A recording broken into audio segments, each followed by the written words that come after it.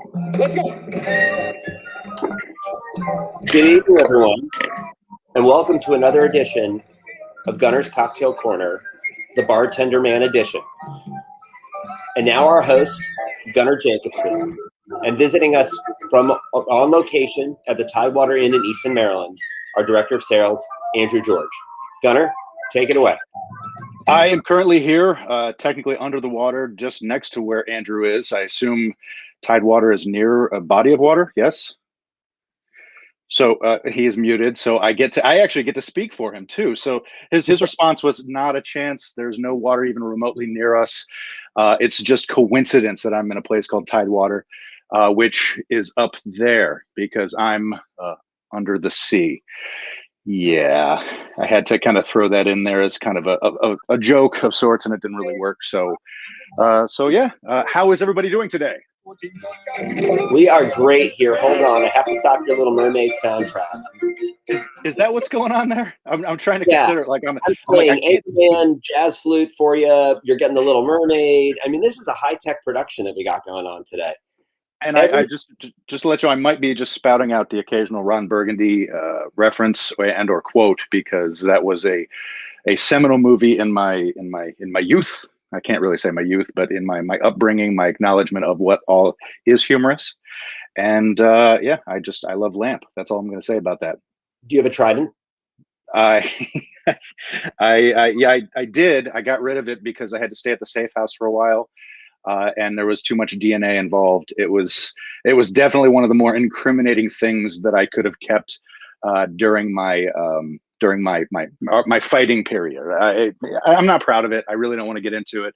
And frankly, my lawyer is, my lawyer just said, shut the hell up right now, cut it out. You're going to jail. So I'm going to stop talking about that part of my life, and I'm going to start talking about drinks, because that's why you guys have opted to let me come out of my cage this month on a monthly basis.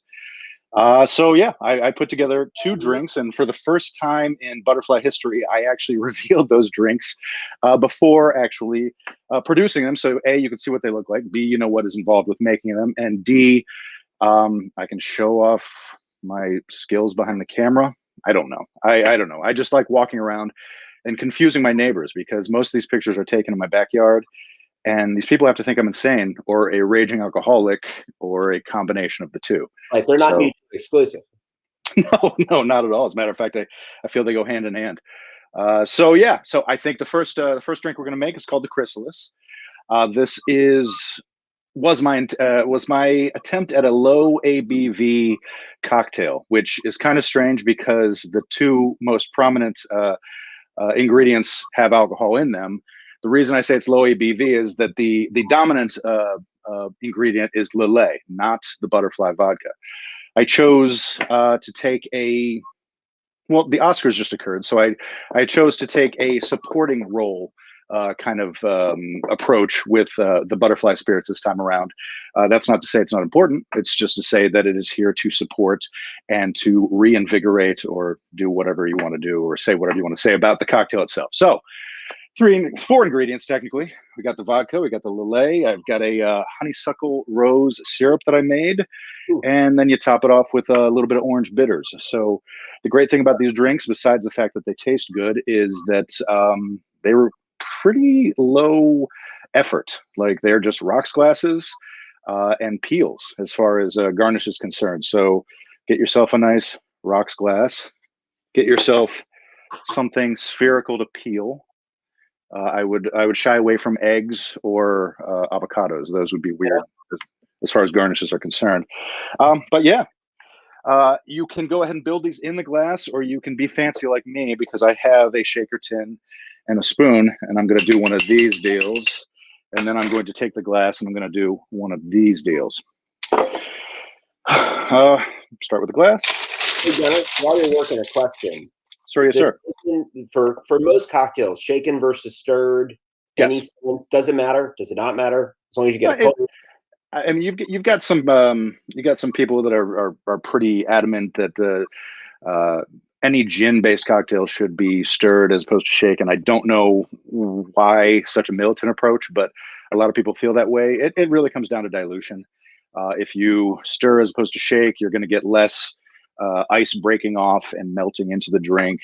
Now, a lot of people don't consider that when a drink is being developed, sometimes the person inventing that drink or the person concocting that libation is actually banking on the fact that the water is going to be released so that you don't have such a liquor or alcohol forward cocktail. So don't think that shaking a drink is, just meant to make it weaker. It actually does play a part.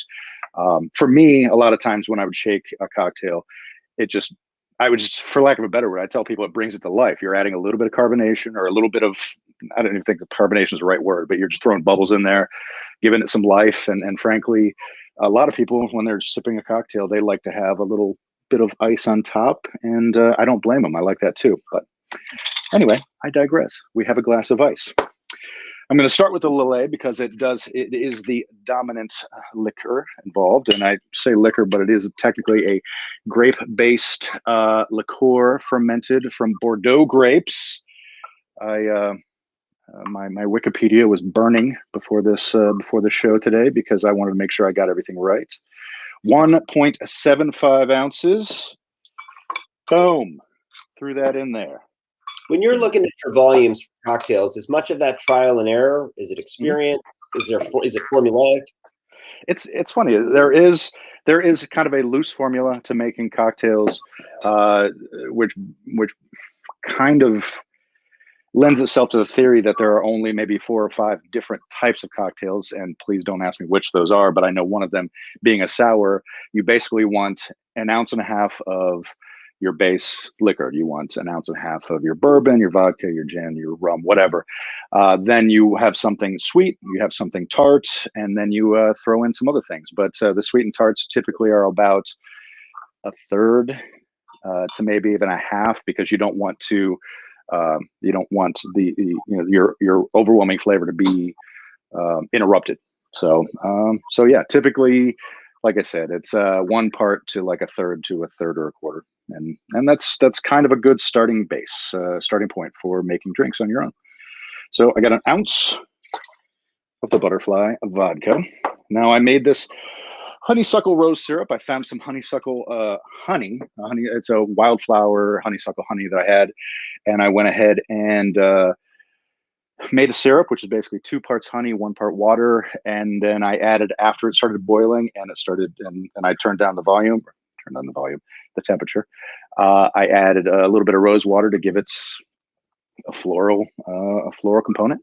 And so I add literally 1/4 ounce. It's not much at all, just enough.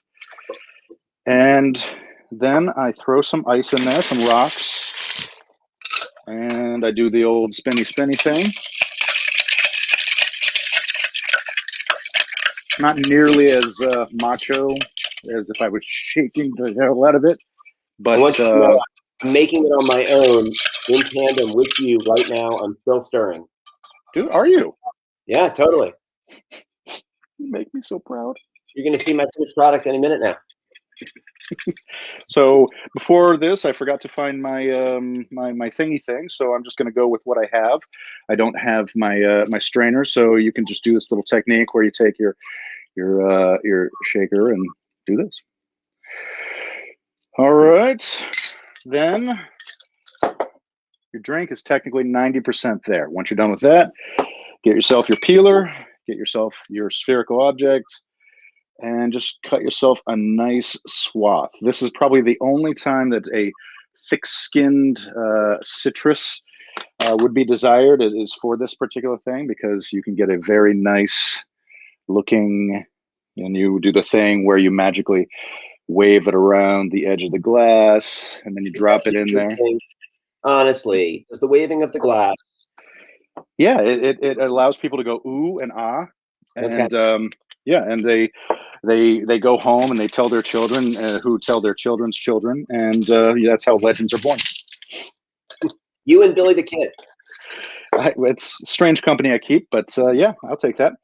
Then lastly, you take your orange bitters, you hold it in your hand like that, because that makes you look super cool. Take a glass like that and go 1, 2, 3. You can do more than that if you like, but that is usually all I need. Just kind of give it a little nudge. Hold your glass like this. This is where you go from. Oh, look at poor Andrew. Andrew, your drink looks weak. And we sip. Oh, nice. I like it, Andrew. Very nice. So, I don't know about you. How do we feel about that? That's good. So I named this the Chrysalis because the Chrysalis reminds me of the season that we're in, spring, and the about to emerge as a butterfly, summer. So that kind of, and also the Chrysalis, the butterfly, the whole thing. But yeah, so that is the Chrysalis. I feel like I need 1 or 2 more dashes of the bitters because I am a bitter guy. This drink can lean sweet if you don't be careful, because there is a sweet component to the Lillet and obviously to the honey syrup. But again, you can adjust the quantities as you see fit, and then drink to your heart's content. It's really nice. You get the really honeysuckle on the front, and then you get the Lillet on the back, and it really is like sort of a cocktail that evolves as you drink it. That's beautiful. Well, are you getting the bacon in the middle? No, I ordered it without. I said cheese only. Right? So, although if you have some, you can send it over. Okay. Well, I've got, I'm FedExing it. Actually, Uber Eatsing it. You're going to be getting it, and you're also going to get a bill for about $114 for 2 pieces of bacon. Worth every penny. Can you also send me some of the little bacon pieces they have at Dunkin' Donuts? I can, but those are $36 a piece. So no, it is what it is. This is really great, though. Well, thank you. One thing that I would recommend, though, is if you have the ability to, if you can get crushed ice, that would actually make this drink even more so. I mean, it would almost be like a nice adult. Yes, that would be the word. So I'm going to take another sip, then I'm going to get on with my next drink. Let me ask you a question while you're sipping. This feels like something you could batch in advance for a party, for like a summer party, a pool party, at the beach, whatever. Would this work? Would it hold? And if you batch this, how long could you batch in advance? This batch, A, yes, you could batch it. B, actually, it's a great idea to do so because there are no carbonated elements. And frankly, there are no like fresh citrus or fruit components that could go bad with any sort of quickness. Like you've got the honey, you've got the Lillet, you got the vodka, and you got the orange bitters, which you could throw in the batch if you wanted to. But no, I mean, you could get yourself. I mean, you could get, and I wouldn't recommend waiting 2 weeks to drink it, but I mean, you could get a couple weeks out of a batched cocktail as long as it's properly stored, as in refrigerated. And that it should hold its flavor pretty well. Just make sure that when you do prepare it, that you make sure to either shake it or roll it, get something to get those liquids kind of moving in there. So yeah, and as a matter of fact, it's funny you should say batching, because I went ahead and came up with a formula for this particular cocktail, and literally everything that we've done up till previous drinks up to January for all of our cocktails. If somebody was so inclined to want to batch them, I can get that information for you. And I've got that ability, so I just thought I'd mention that. That'd be great. Hey, before we move on to the next drink, Andrew pulled something up, and I'd love him to hold it up again. He had a can in his hand. So for those that are online and maybe don't know, we've launched a canned ready-to-drink cocktail, Butterfly Spirits Vodka Soda. It's a lightly carbonated vodka soda that's based upon our elderberry vodka. It's available in all the stores that we currently are present in, including... We're working on getting it into all of our current stores. The boss says working on that, and that's one of the reasons Andrew's out on the Eastern Shore right now, taking care of Butterfly Spirits in our quest to move east, take over the beach. So be on the lookout. Give it a try. I'll be real quick, Josh. I got a second here before the motorcycle goes by. Sure. But we've had a lot of positive reception about that. It'll be available at the Wicomico County stores starting in a couple of weeks. Several hotels at the oceanfront. It's a big area to cover, but we're pretty excited. Everyone was really well received with it, as well as the 2 glass products. That's wonderful. And we're having a pop-up here about where it can be got in Bethesda. And you can find Butterfly's vodka soda in all of the Montgomery County ABS stores. And if you're in Bethesda as well, you can find it at, I believe, Wagshaw's. Batson's. I'm not sure if they have it yet. So Wagshaw's in Bethesda, as well as all of the Montgomery County ABS stores, are carrying the can. So That's for Phil, and thank you for Also, Calvert Woodley, Schneider's also both carry it. Perfect. Yeah. A lot of options, folks. A lot of options. Please pick them up. I do have a question for Andrew real quick. I know last time we talked, you were making the appointment. Have you gotten the full butterfly tattoo, the back piece, shoulder to shoulder? Have they done the color work yet, or are they just on the outline? I did the old, the graduate in 2001. It's in the middle of my back, in the bottom. Wait, So that's why I thought that would be better for that. Are you shying away from saying you have a butterfly tramp stamp? I have not gotten it yet. It's a 1-year anniversary gift from Melissa. Yeah, that was not disclosed in the contract initially for an employment, so we'll have to look into this in a little bit. Well, and speaking of looking into this, by the end of the segment, can you show us a little bit? Can we see some skin? I don't have any tattoos at the moment. You know, when it comes to lying, you suck. Yeah, but I would have had to prove it, and that's always the hardest part. I was just trying to get you to, show those rippling abs. Am I Unfortunately, if I stand up here, all you're going to see is, well, never mind. Just continue on. Next drink. we shall continue now. All right. So the next drink I have actually is my take on a Sazerac. Actually, I call it the Nolans Kilt, and the reason I call it that is because, well, Sazeracs are considered to be having been invented in New Orleans. They are actually considered potentially one of the very first American cocktails. This was back, I wrote it down somewhere a bunch of years ago, long time ago. And yeah, I mean, sometimes they do it with cognac, they can do it with rye whiskey. I chose to do it with an infused scotch. Why? Because I like scotch. And also, since this is the Ron Burgundy show per se, scotch down in my belly. It's a delicious thing to indulge upon. So that, again, we shall go. I don't know. Do you guys know what is in a traditional Sazerac other than rye whiskey or cognac? Ooh. I can't. Come on. All right. All right. The guy with his arm up, him. Thank you. I believe there's some absinthe in it, right? There is actually an absinthe wash. You don't go full on. You take the glass and you throw a couple drops in there, get that, and then toss it out like it's Baxter being punted over the bridge. Beautiful reference. I think there's lemon peel in there and maybe some Peychaud's bitters. Peychaud's bitters, and technically, it was done with a sugar cube. I am doing a rich simple syrup because I didn't have any sugar cubes, and I work better with syrups anyway. So, rich simple syrup being 2 parts sugar to 1 part water, as opposed to regular simple syrup being 1 and 1. Obviously, it's sweeter, so you need less of it to make your drink. But anyway, I digress. As I'd mentioned, I start with a chamomile infused monkey shoulder scotch. It's a blended scotch, three different. It's a triple malt. It's done with Balvenie, Glenfiddich, and Kinninvie. The other thing. On your hand. Are you reading that on the forearm? No, not at all. Okay, good. Thank you. I mean, yes, totally. So yes, again, I'm going to be building this in a shaker tin. I am taking a literally 1.5 ounces, so that is almost to the top of this. Again, this is a 2 ounce jigger. Take 1.5. Boom. Then we will take the brandy. Brandy can lean sweet, so if you're not a sweet person, then maybe you don't need to go a full ounce. But yeah, you know what? I'll probably go 3/4 just because I like to break the rules. I'm very much like the Fonzie that way. Hey, Gunnar, if we were going to the store to buy the ingredients for this cocktail and we had to pick up a brandy, does it matter? Any recommendations? What should we look for a cocktail brandy?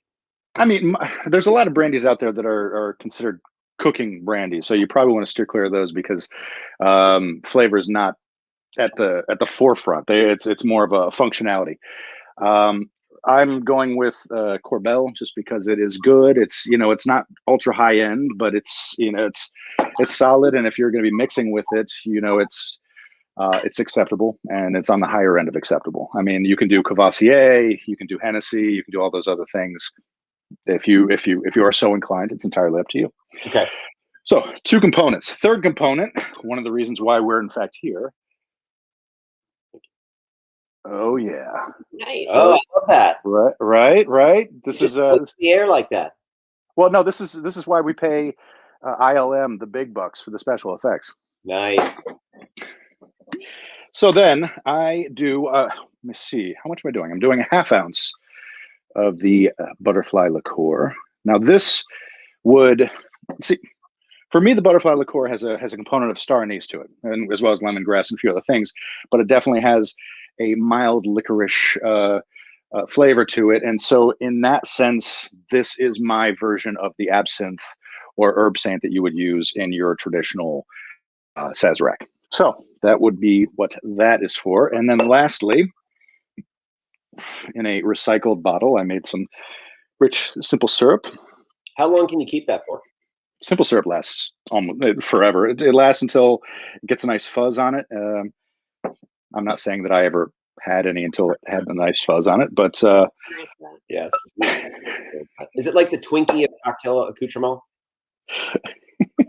it is. And I got to say, I love the way you pronounce it, accoutrement.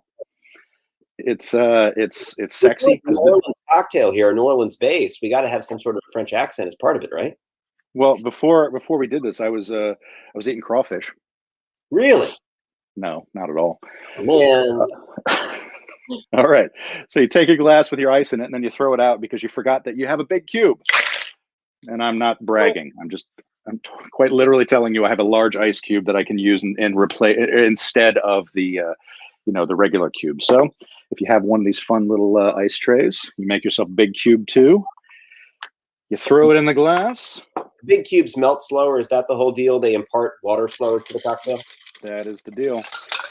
It's the Hummer equivalent of ice. When you see somebody with one, you have to really try not to judge them based on their insecurities. All right.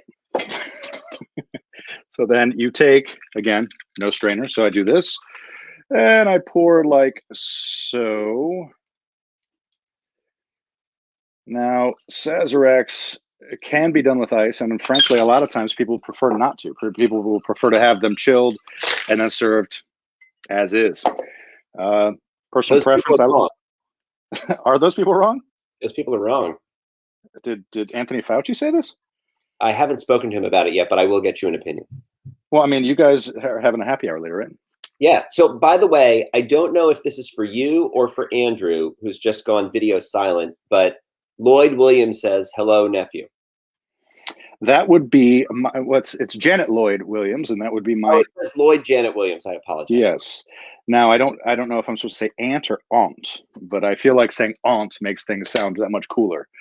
So I will say aunt. While I was saying aunt, I peeled myself a little bit of orange. I took said drink, tossed the orange in there like so. So it kind of has one of these deals. And then the last components, just like the previous drink, you throw your bitters in at the last second.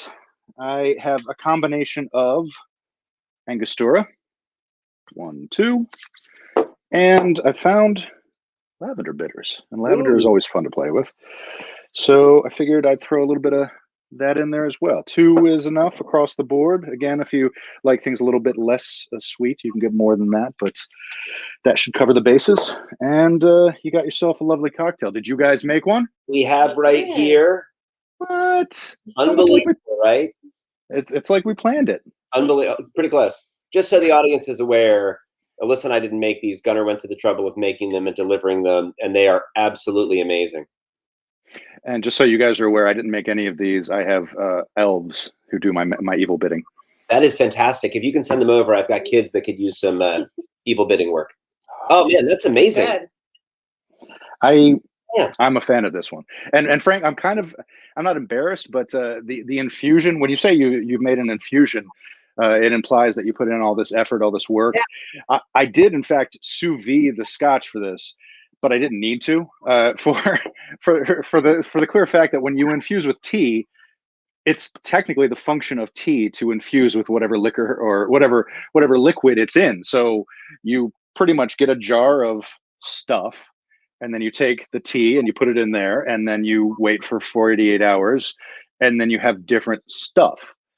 You went from this stuff and now it's that stuff, and it's good. I mean, if I was doing something that was a little bit uh, a little harder to play with, if you were using different herbs and whatnot, then the sous vide would probably be a little more appropriate. But I said, what the hell? That's really fantastic, and it is true to a Sazerac, and you totally get the anise, the licorice in there. This is beautiful. Well, thank you. And actually, I was concerned. I was hoping you'd like that, because I know you like your whiskey-based drinks with a little bit of kick in the chest, and I was hoping that this wasn't going to be too sweet, but it feels pretty balanced. And again, if it does come off sweet, throw a few more bitters, throw a little bit more, a little bit more of the Scotch, or if you're doing it with rye, or if you're doing it with whatever, just play around. It's not an exact science, but it is a science. So, hey, can you spend a minute talking a little bit about bitters, Gunnar, and how a home cocktail creator might use bitters in a creative fashion? How do you think about them? Are they food coloring? Are they just flavoring? What's the right amount? How do you think about them? Well, I think about them fondly. I find that when I think about them, I'm often looking off into the distance, recalling summers in Rangoon. There you go. That was not a Ron Burgundy. That was a what was that? Austin Powers. Right. It was right, making meat helmets. Yes, and there were other parts to that quote that I don't think we should get into. It'd probably be inappropriate. But so yeah, how do I feel about bitters? I'm a fan of them. It's a great way to take a really good drink and then give it a hard left, a hard right, or actually gun the flavor in whatever direction you're headed. And I say that because if you're using bitters as a contrast as opposed to a complement, then you can take something that is predominantly one flavor and then go that way. And you've got any number. They've got the mole bitters, chocolate bitters. You can work with obviously Angostura. You've got Peychaud's, lavender, ginger. Like, there's bitters, anything under the sun, and frankly, they're not that hard to make, in the sense that you get yourself a bottle of Everclear, and you just throw a bunch of things that you enjoy into a jar. Stick that jar in a dark room. If you've got a couple weeks to wait, it's not the kind of thing that's going to go bad, because Everclear prevents it from pretty much ever going bad. The aliens will find your secret stash, and in hundreds of years from now, and be like, wow, this guy was a raging alcoholic. But that's fine, because you had good taste. I know that when I was attempting to make it, there is a thing that it's the cinchona root? There's one root, that's if you use an excess, it's not great for you.